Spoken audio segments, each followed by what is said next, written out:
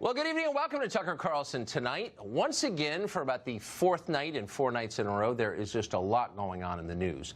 Up ahead, we'll have details about new dangers lurking in the Central American migrant caravan, the one that's just across our southern border tonight in Tijuana. The caravan is not what they told you it was. We'll tell you what it actually is. And then the question of voter suppression. Voter suppression is a phrase you're hearing a lot lately from Democrats. Suddenly it seems like it's 1956 again.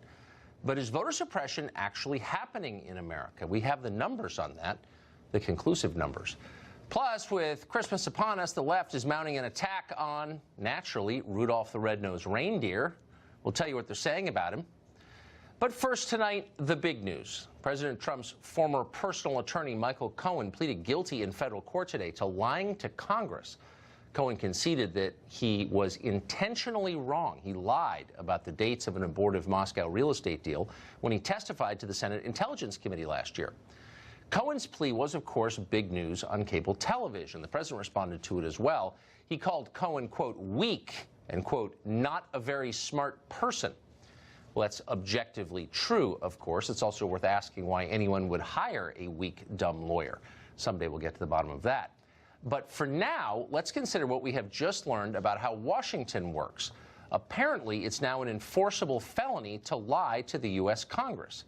On one level, that is good news. We should take our own laws seriously. Functional countries do that. Nations in decline set up sanctuary cities and ignore their own borders. Nor is it implausible that Michael Cohen might have broken this law or really any other law. Nobody who knows him is shocked by the allegation. If Cohen was accused of running a cannibalism ring, you'd have to at least take the charge seriously. Anything is possible with that guy. So 3 cheers for law and order. The problem is, if you're going to enforce statutes, you have to enforce them fairly and evenly. The law has to apply to everyone. Otherwise, it's not really the law. It's a political weapon. Michael Cohen is facing 5 years in prison for telling Congress something that he knew was false. How often does that happen in Washington? If you watch C-SPAN, you know the answer. Constantly. All the time. There are almost never consequences, by the way. According to one study, between the Second World War and 2007, a total of only 6 people were convicted of lying to Congress.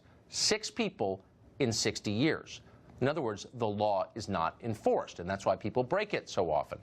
Watch this sworn testimony from 2013. This is not someone you haven't heard of. This is the then Director of National Intelligence, Jim Clapper, assuring the Congress under oath that the NSA absolutely does not spy on American citizens. Does the NSA collect any type of data at all on millions or hundreds of millions of Americans? No, sir. It does not. Not wittingly. Yeah. Clapper lied. He's a liar. There's no debate about that. And yet he wasn't charged for lying under oath. In fact, Clapper got richer after he retired. CNN hired him as an analyst. Pretty much the same thing happened to Jim Comey, the former FBI director. In 2017, Comey claimed, again under oath, that he had never been an anonymous source for news stories while he worked at the FBI. Watch him tell that lie to the Congress.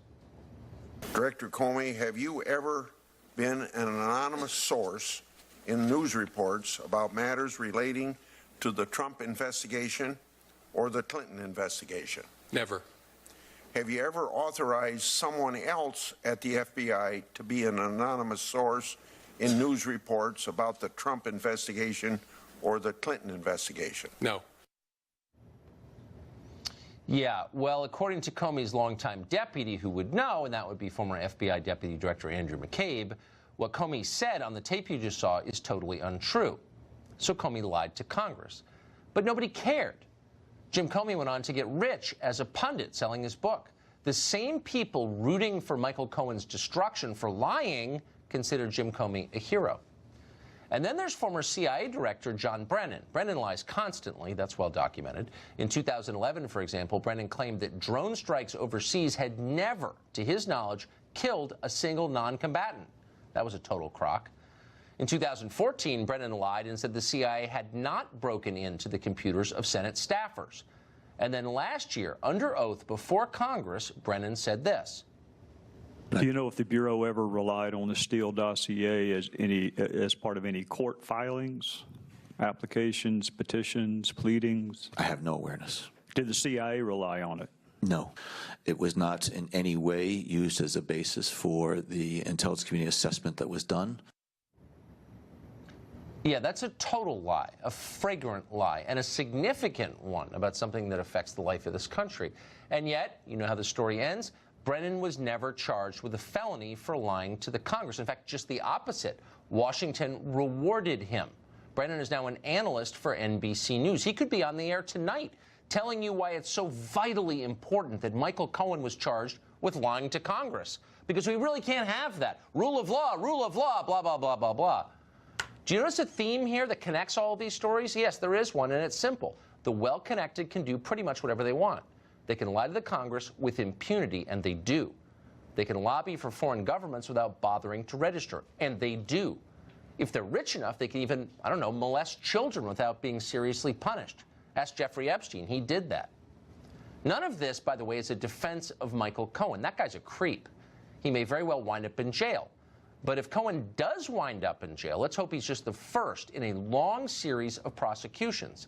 If the law is applied to Michael Cohen, then it has to be applied to people who have lied about things that actually matter. Jack Abramoff knows a lot about Washington. He's been here a long time. He's a former lobbyist, and he joins us tonight. Jack Abramoff, you've seen both sides of this. You've been in a position similar to the one Michael Cohen is now, charged with a crime under the lights, and you've also operated freely in Washington. Do you think that I'm overstating the case? Is the law evenly applied in this city? No, it doesn't seem to be evenly applied or anything close to evenly applied. And I think that this is one of the things that upsets the American people. Everywhere I go when I speak, people now, instead of ranting against corruption as they normally do, they've identified this as really one of the big problems that you have on the left. A series of people, the list is actually too long even to recite on the air, who have seemingly committed unbelievable crimes, the Clinton Foundation, et cetera, and instead of being punished or prosecuted or indicted, they're running for Congress, like Donna Shalala and others. And so I think that it seems certainly that the justice system in America, even under Republican presidents, is geared to go after people on the right and to ignore people on the left. Again, that's not to excuse Michael Cohen. I don't know what his deeds are, and we'll see what they are. But it seems that people on the left who are doing far worse than that, nobody says a thing about them. It also seems like the slowest gazelle gets eaten. I mean, Michael Cohen is dumb, if I can just say, someone who knows him, and not personally popular, and obviously he's attached to a very unpopular presidential campaign and a very unpopular candidate. And so he seems like a very natural target, whereas someone like Jim Clapper, who's seen as this wise man, this chin-tugging graybeard, can lie about something deeply significant, about breaking the law. The NSA is not allowed to spy on Americans. And he gets a TV contract. I mean, have you seen, can you think of in your many years here, or decades here, an example of someone's really powerful being punished for breaking the law? No, I can't. I can't think of I mean, certainly since Watergate, and even the people who were punished in Watergate really weren't very powerful people. Right, exactly. No, and I think that the problem for Michael Cohen is he's a gazelle running in the wrong pack. Right. If you were running in the left-wing pack, no matter where he is in that pack, because there aren't exactly brilliant gazelles in that pack either. Exactly. But that's a more of a protected pack, it seems, for some reason. Huh. So that's not, and I just want to be totally clear for the fifth time, I'm not defending whatever crime Michael Cohen is accused of committing, and it sounds like he admitted it, okay? He should be punished. But it does seem like that's corrupt. That's not justice when a law is only applied selectively. Well, it's corrupt and it's corrosive of the view of our system among the American people. There are a lot of people, even people on the left, I've talked to, who say, it doesn't seem like things are really being fairly applied, particularly the Epstein situation, which is absolutely abhorrent. Yes. Here's somebody who is molesting children, it seems, and facilitating the molestation of children by other powerful people, and they cut him a deal for 13 months in a county jail, I guess, where he got to leave the jail 6 days a week. Wow. I mean, somebody. But they confiscated his address book, I notice.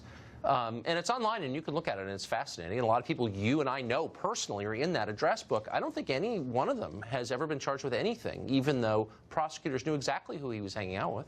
Well, from what they say, the deal that he signed actually protected any potential co-conspirators, which is also astonishing. How do you sign a deal like that? I know plenty of people I was in prison with who would love to have had a deal like that. That's exactly right. If only you'd benefited from that. Jack Abramoff, thank you. Thanks. An honest man who's been around.